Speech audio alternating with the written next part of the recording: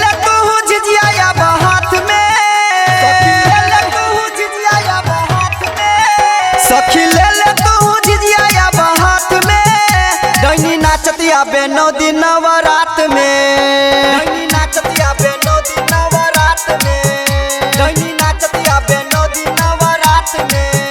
सखी ले ले तू झिझिया अब हाथ में, डैनी नाचतिया बे 9 दिन नवरात में, डैनी नाचतिया बे 9 दिन नवरात में, डैनी नाचतिया बे 9 दिन नवरात में। बोली दुर्गा मैया की, डैनी नाचतिया बे 9 दिन नवरात में। डीजे चंदेश्वर पंडित पिपरास चौक, डीजे चंदेश्वर पंडित पिपरास चौक।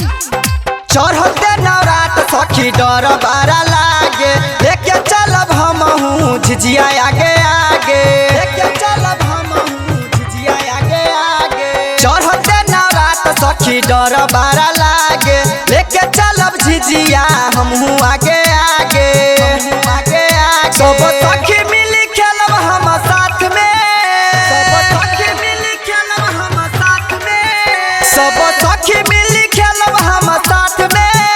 डैनी नाचतिया बे 9 दिन नवरात में, डैनी नाचतिया बे 9 दिन नवरात में, डैनी नाचतिया बे 9 दिन नवरात में।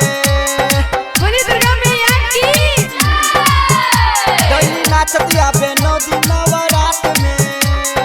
डीजे चंदेश्वर पंडित पिपरास चौक, डीजे चंदेश्वर पंडित पिपरास चौक। विनोद बेदर्दी से कलशा भराई, रमेश मधुबनिया से चुनरी मंगाई, रमेश मधुबनिया से चुनरी मंगाई। डीजे चना देशवर से कलशा भराई, रमेश मधुबनिया से चुनरी मंगाई, चुनरी मंगाई। उलझाई जानी कोनो हमरा बात में, उलझाई जानी कोनो हमरा बात में, उलझाई जानी कोनो हमरा बात में।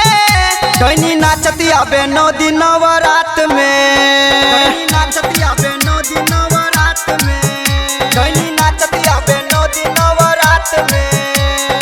यदि आप चाहते हैं संध्या एंटरटेनमेंट के सभी ऑडियो वीडियो देखें तो चैनल को सब्सक्राइब जरूर करें और बेल आइकन को दबाना ना भूलें।